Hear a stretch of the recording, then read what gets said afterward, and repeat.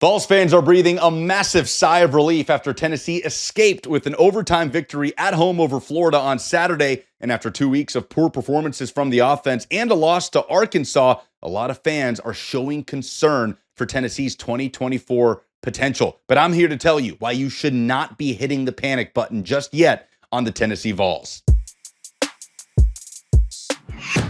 Hey, it's Lucas Panzica from 104.5 The Zone and A to Z Sports. Look, this college football season is about 3 words: survive and advance. If you look across the country, there are not many juggernaut elite teams that look unbeatable in college football. In fact, we thought we saw a matchup of 2 of those teams a couple of weeks ago, with Alabama narrowly holding off Georgia at home in Tuscaloosa in what looked like a clash of titans. The week after that, Alabama went on the road and lost to the Vanderbilt Commodores. Just this past Saturday, Alabama had to escape South Carolina with a close home victory. Even Georgia, following the loss to Alabama, was at home on Saturday hosting the worst team in the SEC in Mississippi State, a team that lost by 30 at home to Toledo this season.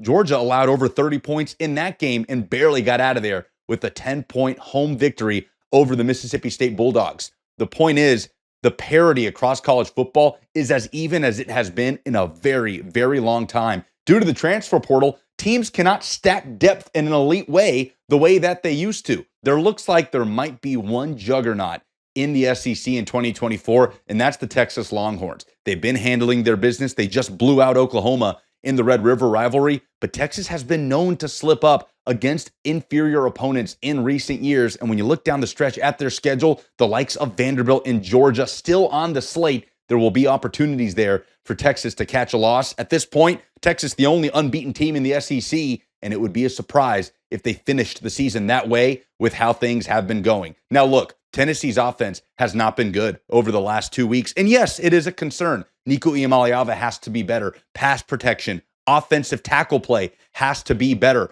But one thing Tennessee can continue to lean on is an elite defense that still ranks top 5 in many major defensive categories like scoring defense and opponent yards per game.